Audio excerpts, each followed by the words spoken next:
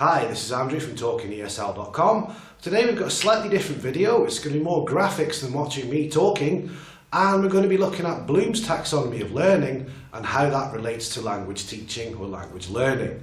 So enough of looking at me just now, and over to some graphics. Okay, so welcome to the audio. You should be able to see some objectives on the screen perhaps. Slightly different video today, but by the end of this module, you will be able to critique your own teaching practice with regards to Bloom.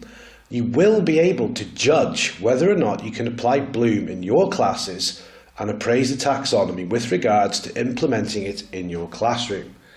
So to begin, what is Bloom's taxonomy? Well, generally it's presented as a pyramid. And the idea is we have a large base at the bottom and 6 steps to the top. And at the bottom we begin with the word these days with remember, which is all about recalling facts and basic concepts. We then move up to understand, which is explain ideas or concepts, apply, which is use information in new situations, analyze, draw connections among ideas, evaluate, justify a stand or a decision, and create, produce new or original work. So that's all well and good. How does this actually affect us, and what's the history of it? So in 1948, Benjamin Bloom and a group of psychologists studied classroom activities and goals teachers had while they were planning these activities. Throughout this study, the 3 domains were concluded. They arrived at the cognitive domain, the affective domain, and the psychomotor domain. And the cognitive domain was split into a hierarchy of 6 thinking skills, which were knowledge, comprehension, application, analysis, synthesis, and evaluation. So in 1956, the original Bloom's taxonomy was published, some 8 years after the initial investigation began. According to the original taxonomy, the lowest order of thinking is knowledge, which is remembering something, and comprehension was the second one. And these tiers were used as building blocks to help teachers scaffold or support their lessons and build students up to a top tier of thinking. And there were 6 levels of learning. The 6 levels can be used with learning verbs to plan the learning objectives. This is primarily about objective setting in classes and courses, okay? So remembering was about retrieving, recognizing and recalling knowledge from long-term memory as the most basic element of the pyramid, the base. Understanding, the second slice of the pyramid, was construct information from oral, written and graphic messages. Apply, or applying, carrying out a procedure through application. Analysing is breaking material into constituent parts and analysis of how these parts interact. Evaluation, have the learners make judgments based on standards. Creating is reorganising elements into a new pattern or structure. So the idea of the pyramid is that the higher order thinking skills are at the top and the lower order thinking skills are at the bottom. And according to the theory, to attain the higher order skills, the lower order ones must be completed first. So, higher order thinking skills, what are they? Well, no one thinks perfectly or poorly all the time. It's a mixture of both. Memorizing something is not the same as thinking about it. You can memorize something without understanding it.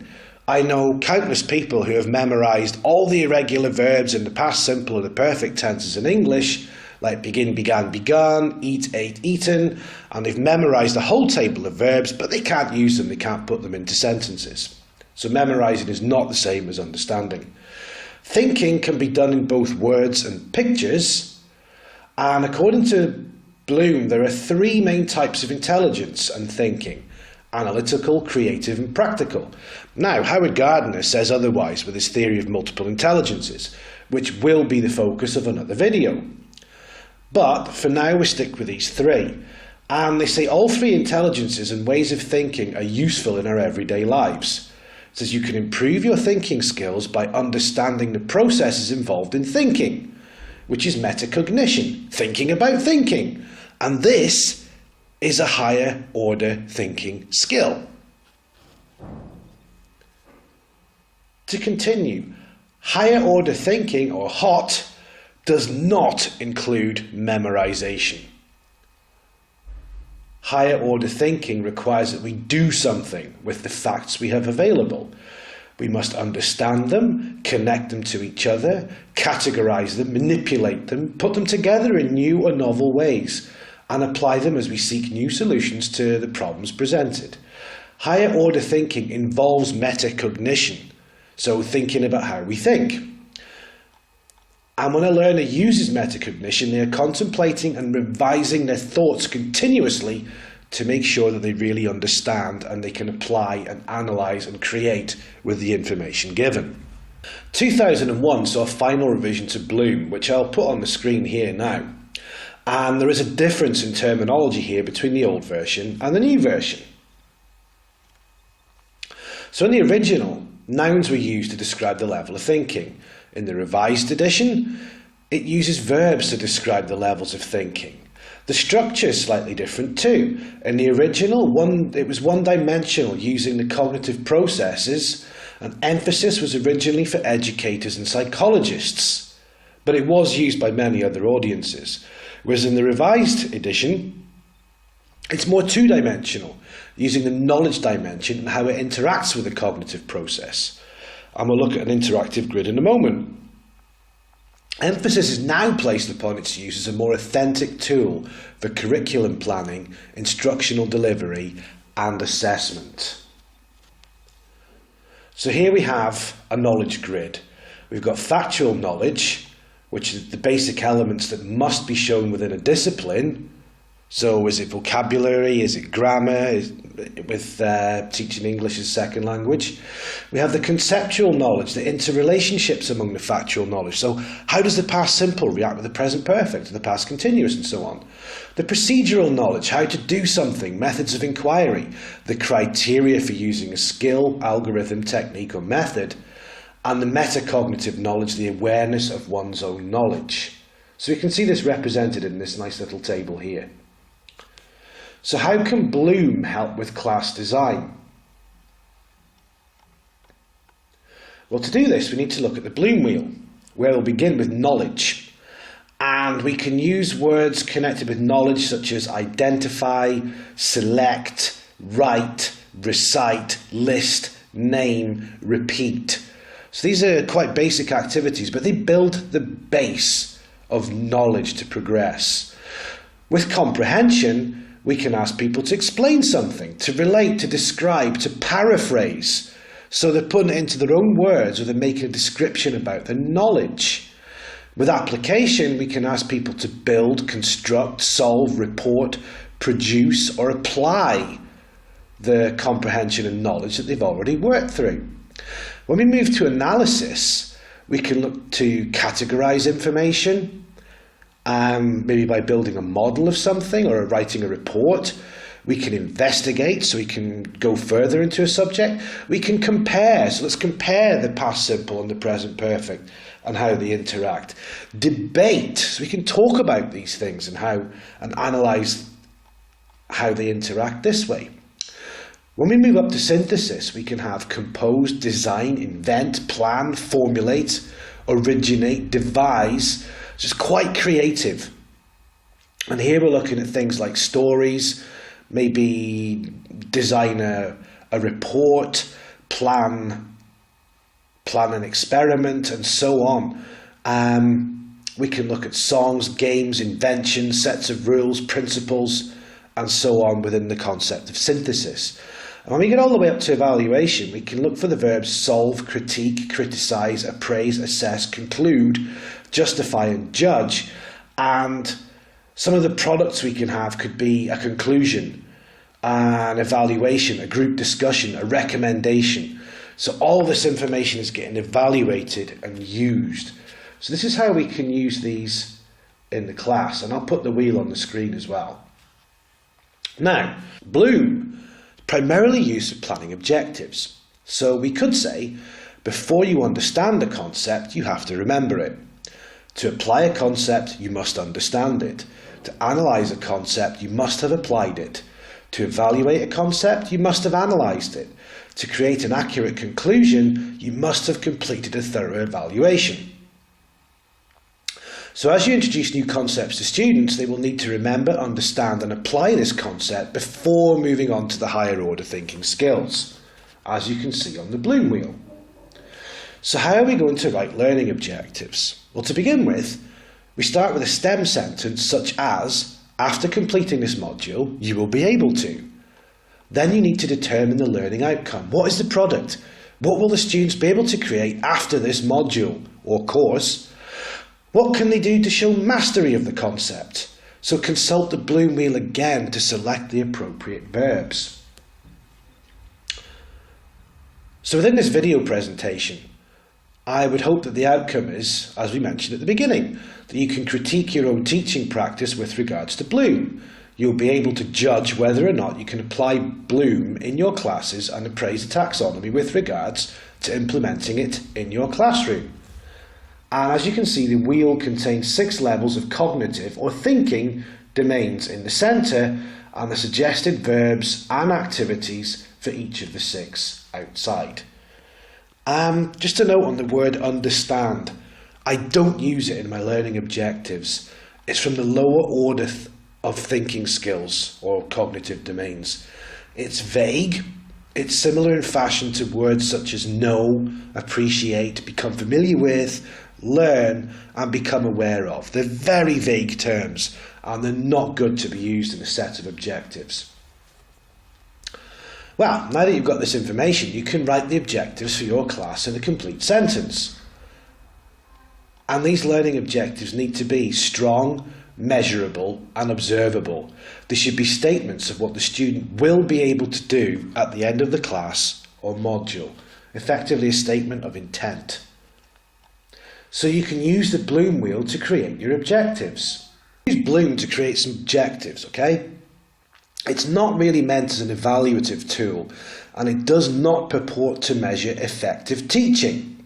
In fact, the book in which the higher order thinking skills taxonomy was published in is entitled Taxonomy of Educational Objectives, the classification of educational goals. So the use of this taxonomy is to help you set objectives, to help you set goals within your classes.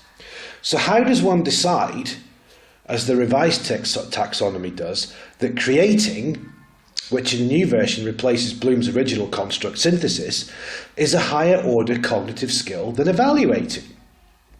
Well, creating, they say, is putting elements together to form a coherent or functional whole, reorganizing elements into a new pattern or structure through generating, planning or producing. Creating requires users to put parts together in a new way or synthesize parts into something new and different as a new form or product, okay? So really looking at it, we could teach somebody the present continuous and have them create new products because they're new sets of words to them. So they are creating. Evaluating, on the other hand, is making judgments based on criteria and standards through checking and critiquing. It uses critiques, recommendations and reports as some of the products that can be created to demonstrate the process of evaluation.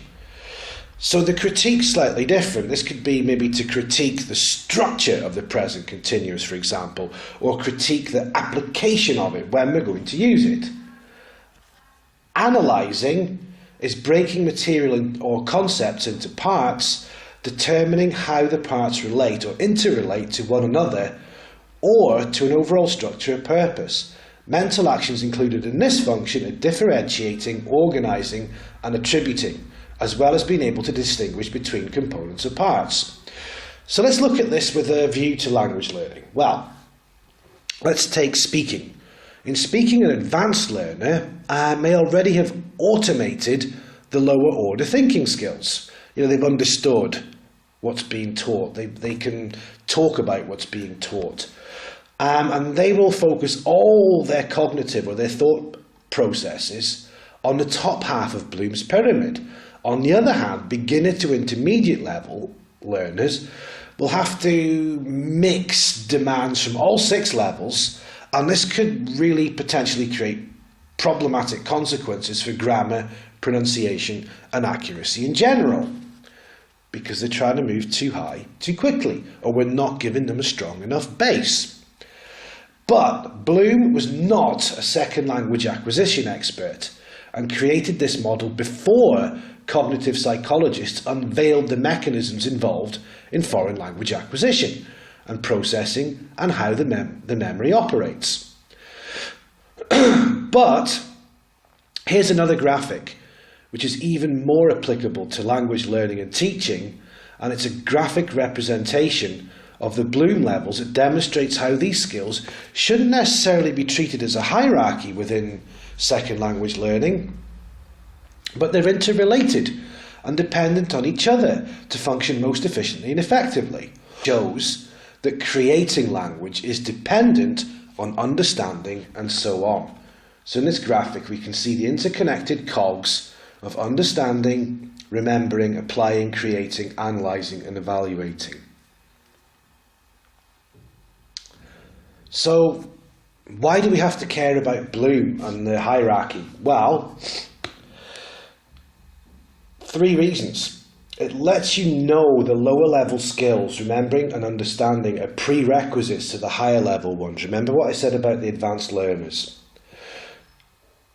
You know you have to learn words before you can argue a subject. You know you have to understand the grammar before you can debate. Okay? So we're looking holistically here from lower level to higher level. It gives you an idea of how complicated an activity is. You know what's appropriate for your current level. It provides a progression track. If all you do is memorize loads of vocabulary words, you'll not be challenging yourself nearly enough to pick up the higher level skills. Okay? So it shows you where to take your classes in the future. It does have some limitations, but it's a very flexible model. But there are 2 probable reasons why you shouldn't get too obsessed about it, because it doesn't account for differences among the 4 basic language skills of reading, listening, writing and speaking. For example, listening is generally much easier than speaking, even though you could probably put both in the applying category. And acquisition doesn't follow the hierarchical model. Many people learn to speak grammatically comprehensible sentences without ever learning a grammatical rule. Okay? Think about if you went to school in the UK, did you get taught English grammar? Probably not. But can you speak English in a grammatically correct fashion? Of course you can. Perhaps my recommendation from this is to use the hierarchy and the verbs and activities associated with it when planning classes or modules, but use the interrelated cogs to remind you how these skills interact with one another when actually doing activities in the class. Okay? I still think this taxonomy provides value for us as language teachers, even if the only reason is that it makes you analyse what you're doing and how you're applying it. But hopefully, now, you'll agree with the objectives that we set at the beginning, which are that you can critique your own teaching practices with regards to Bloom. You'll be able to judge whether or not you can apply Bloom in your classes and appraise the taxonomy with regards to implementing it in your classroom. So again, if you can use the hierarchy, the triangle, when you're planning your learning objectives, but be aware of the interacting cogs and how they interrelate when planning specific activities in the classroom. Okay, I hope you found the audio to that video useful and the graphics as well. Remember, you can go back and press pause and look at whatever you want to look at again. Now, please remember that we don't advertise in these videos, nor do we advertise on the website. And take a look over at talkingesl.com. There's a forum there where we'd like you to participate.